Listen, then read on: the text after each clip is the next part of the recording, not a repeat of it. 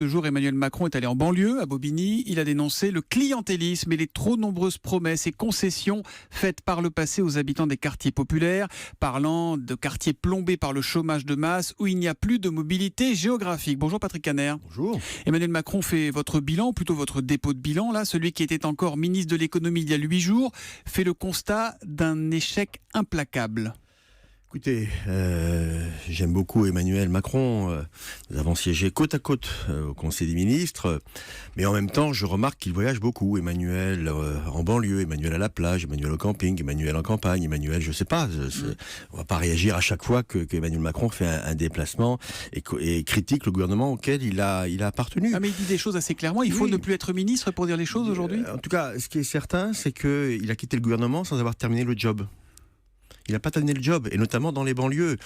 Ensemble, nous avons porté la création de l'agence France Entrepreneur pour développer l'économie dans les quartiers. Ça vient de commencer. Ensemble, nous avons créé la grande école du numérique qui permet à des jeunes en grande difficulté de pouvoir, sans diplôme, se mettre au métier du numérique et de trouver du boulot en la matière. Ensemble, on a créé des structures comme Talent des cités, entreprises et quartiers qui permettent là aussi de développer l'économie. L'économie n'est pas tout. D'ailleurs, je crois qu'il faut dire à Emmanuel que dans les quartiers, il y a aussi de l'éducation, il y a de la sécurité, il y a de la citoyenneté, il y a de la rénovation urbaine, 1 milliard d'euros par an de rénovation urbaine. Vous dites quoi, que Emmanuel Macron n'est pas légitime aujourd'hui en ayant déserté le gouvernement en quelque sorte? Non, je dis simplement qu'il ne connaît pas complètement ces dossiers.